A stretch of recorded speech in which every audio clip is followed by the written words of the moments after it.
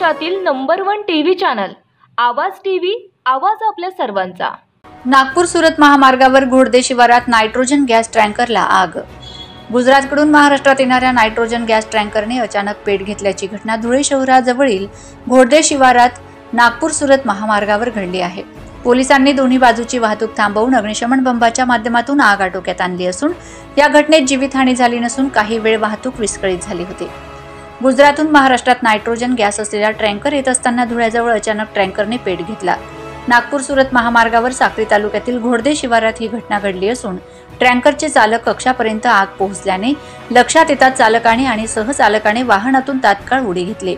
यानंतर या आगीने रौद्ररूप धारण केले होते। टँकरची पुढील चाके आगीच्या भक्ष्यस्थानी पडली असता ही आग वाढत असल्याने आणि महामार्गावरील वाहतूक सुरू असल्याने धोका ओळखून ग्रामस्थांनी पोलिसांना या घटनेची माहिती दिली। त्यानंतर अग्निशमन बंब घटनास्थळी तात्काळ दाखल होत आगीवर नियंत्रण मिळवण्यात यश आले आहे। रोजच्या ताज्या घडामोडींसाठी आवाज टीव्हीला सबस्क्राइब करा आणि बेल आयकॉन प्रेस करा।